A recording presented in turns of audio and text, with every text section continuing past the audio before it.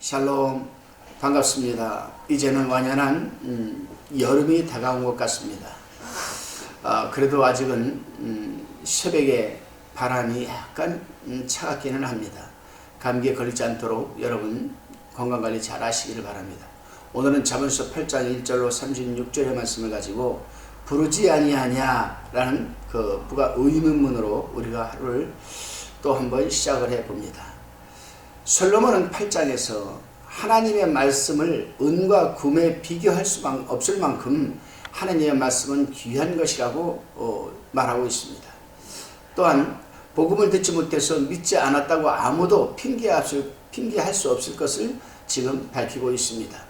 우선 본문 1절로 11절까지의 말씀을 살펴봅니다. 본문 1절에 보게 되면은 지혜가 부르지 아니하느냐, 명철이 소리를 높이지 아니하느냐라고 합니다. 여기서 지혜는 육신에 속한 지혜가 아니라 영적인 지혜, 곧 하나님을 알고 또 경외하는 지혜를 말하는 겁니다. 명철도 역시 지혜와 같은 의미입니다. 그런데 여기서 우리에게 주의를 환기시키는 말씀이 있습니다. 곧 부르지 아니하냐입니다. 부르지 아니하냐. 그렇습니다, 여러분. 부르지 아니하냐, 이 말씀은 하나님의 탄식 어린 말씀이죠. 하나님의 지혜의 말씀과 복음을 듣고서도 믿지 아니하는 불신자들을 불쌍하게 여기시는 하나님의 탄식이라 할 수 있습니다. 우리 또한 그런 하나님의 심정으로 불신자들을 향한 불쌍히 여기는 탄식이 있어야 되지 않겠습니까? 부르지 아니하냐, 우리에게도 적용이 되는 말씀입니다.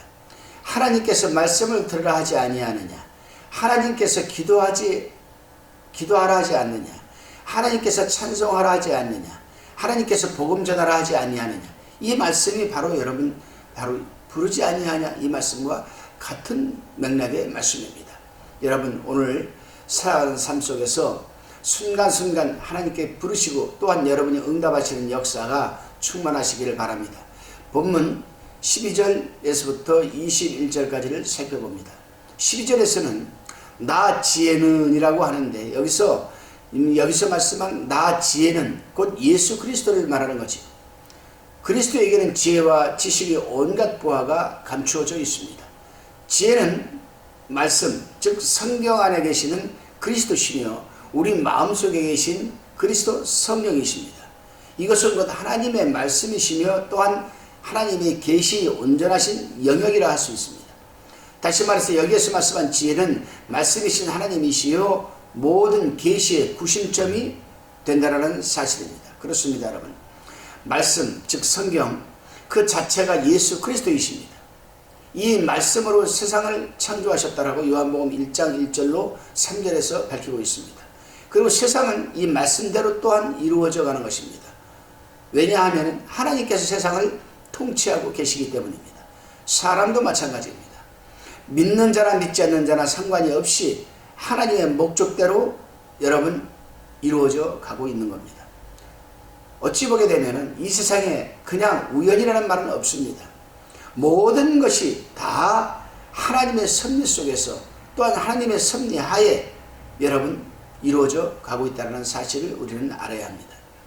지나간 세상의 역사를 보면 모두가 성경대로 이루어져 갔습니다. 그러기에 지금은 우리가 회개해야 할 때라고 생각합니다. 왜냐하면 성경대로 이루어져 가는 것을 우리가 목도하면서도 말씀대로 살아가지 않기 때문입니다. 지금도 세상에 일어나는 것을 한번 보십시오. 코로나19나 여러분 원숭이 두창이나 분명 전염병입니다. 그런데 성경은 전염병에 대하여 이미 오래전부터 계시해 주셨습니다. 전염병이 왜 일어나는지 그리고 전염병으로부터 벗어나는 방법까지 하나님께서는 다 말씀해 주셨습니다. 그렇다면 우리가 어떻게 살아가야 합니까? 회개하는 가운데 말씀에 순종하는 삶을 살아가야 되는 것 아니겠습니까? 그렇습니다, 여러분. 다시 12절에 보게 되면은 나 지혜는 명철로 주소를 삼으며 지식과 근신을 찾아 얻나니라고 말하고 있습니다. 여기에서 명철은 히브리어로 와르마라고 합니다. 와르마. 명철 와르마. 이것은 슬기로움을 말하는 겁니다. 슬기로움. 그리고 주소를 삼으며라는 말씀은 더불어 살며 또는 같이 살며라는 의미입니다. 그렇습니다, 여러분. 우리는 늘 와르마, 이 하나님의 말씀 명철과 더불어 살아야 되고 또 함께 살아야 됩니다. 그렇게 하기 위해서 여러분 성령이 우리 속에 내주하고 계시는 것 아니겠습니까? 그렇다면은 우리가 어떻게 하면은 명철과 함께 같이 동행하는 삶을 살 수가 있을까? 우리 속에 내주하시는 성령을 의식하는 삶을 살아야 되겠습니다. 그러면 성령을 의식하는 삶을 살려면 어떻게 해야 되느냐? 말씀을 읽어야 합니다. 기도해야 합니다. 그럴 때마다 우리 속에 내주하시는 성령께서 순간순간 성경을 읽을 때에도 감동을 주시고 기도할 때도 감동을 주시고 그 감동을 주신 대로 살아가는 것이 바로 여러분 함께 동행하는 것 아니겠습니까? 그러니까 12절에 나 지혜는 명철로 주소를 삼으라는 말씀은 나 그리스도는 슬기로운 자다. 그러니까 나와 함께 살자, 함께 동행하자, 그런 뜻이 되겠습니다. 그렇습니다, 여러분. 지혜의 근원이 되시는 예수 그리스도께서는 슬기로운 자, 즉 명철한 자의 심령을 주소로 삼으시고 언제나 함께 동행해 주고 계신다는 것입니다. 그리하여 하나님을 경외하는 마음을 갖게 해주시고 악을 미워하게 해주시며 겸손한 삶을 살게 해주신 것이라고 13절에서 밝히고 있고 뿐만 아니라 우리에게 재물을 얻게까지 해준다라고 21절에서 말하고 있습니다. 다시금 본문 22절로 31절의 말씀을 살펴봅니다. 솔로몬이 여기에서는 지혜를 인격화해서 지금 말하고 있습니다. 22절에 보게 되면은 여호와께서 그 조화의 시작 곧 태초에 일하시기 전에 나를 가지셨으며 라고 말하고 있습니다. 특히 나라고 하는 말씀은 지혜를 가리키는 것이고 곧 그리스도를 의미하는 것입니다. 그런데 우리가 여기서 한 가지 문제가 있고 또 그 문제를 짚고 넘어가야 할 부분이 있습니다. 문제가 되는 말씀은 22절에서 나를 가지셨으며 라고 하는 부분입니다.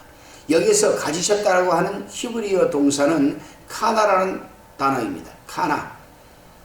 중세시대 때 이단자 아리우스주의자들은 이 가지셨다를 창조하다로 번역하여서 그리스도는 하나님이 아니라 하나님이 피조물이라고 주장을 했습니다.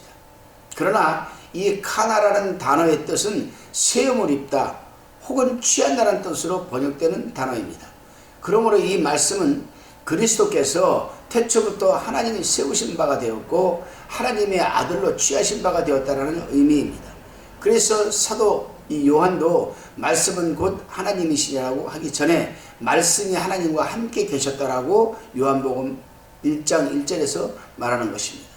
다시금 본문 32절로 36절의 말씀을 살펴봅니다. 이제 솔로몬은 32절에서 아들들아 이제 내게 들으라 라고 권면을 합니다. 무엇을 들으라는 것입니까, 여러분? 하나님의 도와 지혜를 통해서 영원한 생명과 은총을 얻는 방법에 대해서 들으라는 것입니다. 그렇습니다, 여러분. 우리가 영원한 생명과 하나님의 은총을 얻어 누리고자 하면 하나님의 말씀을 듣는데 집중을 해야 됩니다. 예배드리고 찬송하고 기도하는 것보다 더 중요한 부분입니다. 바로 하나님의 말씀을 듣는데 우리는 집중을 해야 됩니다. 왜요? 믿음은 들음에서 나기 때문입니다.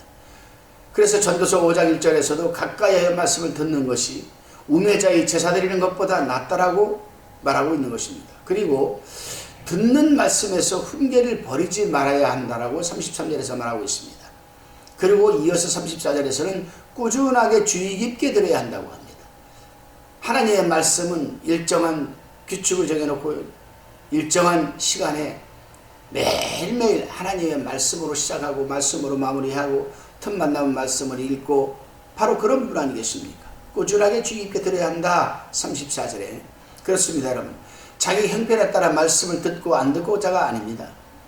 그리고 말씀을 한쪽 귀로 듣고 한쪽 귀로 흘려보내서도 안 됩니다. 말씀을 들을 때 아멘으로 받아들여서 마음판에 새겨야 하고 지켜야 하고 행함으로 열매를 맺어야 합니다.